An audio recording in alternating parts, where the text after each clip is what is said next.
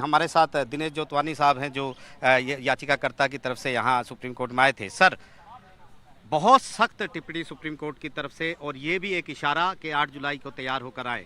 क्या कहे आपकी ऑब्जर्वेशन क्या कहती है? क्या अदालत बड़ा दखल देने को तैयार है अगर गलती नहीं सुधारी गई तो? आज की हियरिंग से हम बहुत सेटिस्फाइड हैं। हमारे क्लाइंट जिन्हें एनवी सर कहा जाता है और उनके साथ 20,000 स्टूडेंट्स कैंडिडेट्स जो थे जिन्होंने लिया था वो पिटीशन के पार्ट थे। और जो आज कोर्ट की ऑब्जर्वेशंस आई हैं एनटीए के लिए कि आप please come clean on it, आप ये मत सोचो कि एडवर्स प्रोसीडिंग्स हो रही हैं। ये जो प्रोसीडिंग्स हो रही हैं आप इनको असिस्ट कीजिए कोर्ट को, और इनसे 8 जुलाई का तब का टाइम मांगा है कि आप इनको जवाब दीजिए। हालांकि काउंसलिंग में स्टे नहीं किया, लेकिन ऑलमोस्ट ऑनरेबल कोर्ट ने अपना माइंड बताया कि इसमें जो भी डॉक्टर्स बनेंगे अगर 0.001% भी इसमें कोई घपला है तो आप इस पे साफ आइए, नहीं तो इनको पूरा का पूरा ये रद्द भी हो सकता है। लगातार यहाँ पर पिटीशन आ रही हैं, आपकी जो पिटीशन है उसमें मांग क्या थी? हमारी भी मेन तो यही थी कि इसको रद्द किया जाए। हमारी ये भी थी कि काउंसलिंग स्टे किया जाए। हमारी ये भी थी पिटीशन की हमारी जो एडिशनल प्रेयर थी जो हमने डाली थी कि एक क्वेश्चन नंबर 28 या 29 था जिसमें एनटीए ने दोनों आंसर्स को करेक्ट कर दिया था, पर बहुत लोगों ने नहीं किया था। 3 से 4 लाख स्टूडेंट हो सकता है इससे इम्पैक्ट हो, उन्होंने नहीं किया क्योंकि कंफ्यूजिंग आंसर था। उसको भी आप डील कीजिए। ये एडिशनल प्रेयर भी थी हमारे। ऑफ कोर्स जो cheating, fraud, collision, bribery, FIRs, arrest जो हो रहे हैं वो तो हमने अपने रेगुलर जैसे सारी पिटीशंस हैं वो उसमें हमने मांग की थी, इस वजह से ये रद्द होना चाहिए। बिल्कुल। तो साफ तौर पर आपको ये भी बताना ज़रूरी है कि 8 जुलाई क्यों ये तारीख तय की गई है। एक्चुअली ये मामला जो है रिजल्ट आने से पहले, परीक्षा के बाद 17 मई को सुप्रीम कोर्ट का आखिरी दिन था। सुप्रीम कोर्ट में ये मामला आया था। चीफ जस्टिस डीवाई चंद्रचूड़ की बेंच ने सुना था।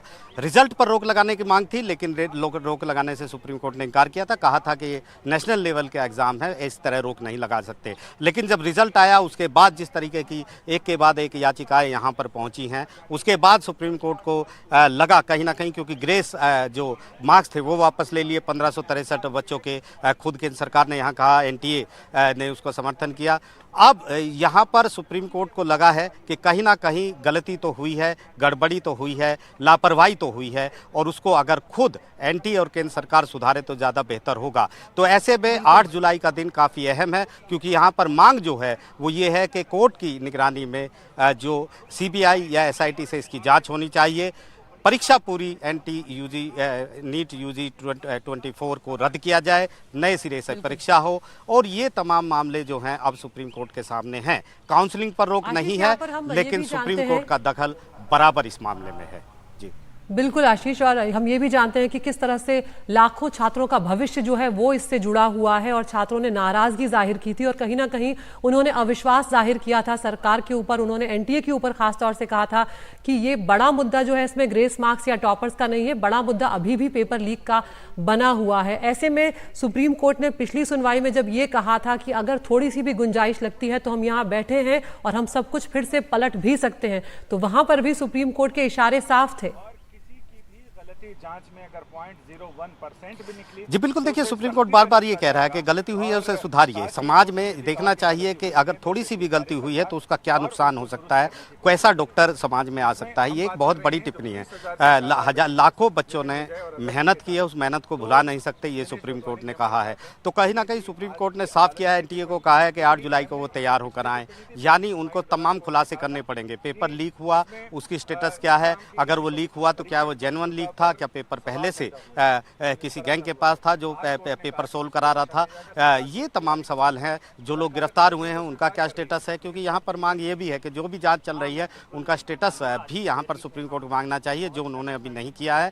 जाहिर तौर पर जब केंद्र सरकार और एनटीए अपना जवाब दाखिल करेंगे वो काफ़ी अहम दिन होगा, और उससे ज़्यादा अहम दिन होगा जब 8 जुलाई को सुप्रीम कोर्ट की रेगुलर बेंच इस मामले में सुनवाई करेगी। क्योंकि 17 मई को जब सुनवाई हुई थी तो हालात ऐसे नहीं थे जो हालात रिजल्ट आने के बाद क्रिएट हुए हैं, लाखों हजार बच्चे हैं जिनका भविष्य दांव पर है। और यही बात सुप्रीम कोर्ट बार बार कह रहा है, गलती है तो उसे स्वीकारें, उसे सुधारें और आगे एक्शन लें। ये तमाम चीज़ें हैं, क्योंकि सुप्रीम कोर्ट के भी जहन में कहीं ना कहीं ये बात है कि 24 लाख बच्चे इस एग्ज़ाम में बैठे थे, और ऐसे में अगर एग्ज़ाम की परीक्षा की अगर पवित्रता बनी नहीं रहती है तो ये निश्चित तौर पर एक सोचने की बात है। इतना बड़ा तंत्र, इतनी बड़ी सरकार के पास तमाम चीज़ें होने के बावजूद अगर पेपर लीक हुआ, इतनी सारी बड़े पैमाने पर गड़बड़ियाँ हुई, तो निश्चित तौर पर देश की जो परीक्षा व्यवस्था है उस पर एक बहुत बड़ा सवालिया निशान लगता है। और अदालत को जो भी फैसला लेना है वो सोच समझ कर लेना है, क्योंकि इसका जो इम्पैक्ट है, इसका जो प्रभाव है वो देश भर के 24 न सिर्फ 24 लाख बच्चों पर पड़ेगा, बल्कि भविष्य के आने वाले जो डॉक्टर हैं, जो योग्य डॉक्टर जिनको कहा जाता है, जिन्हें भगवान माना जाता है भारत के समाज में,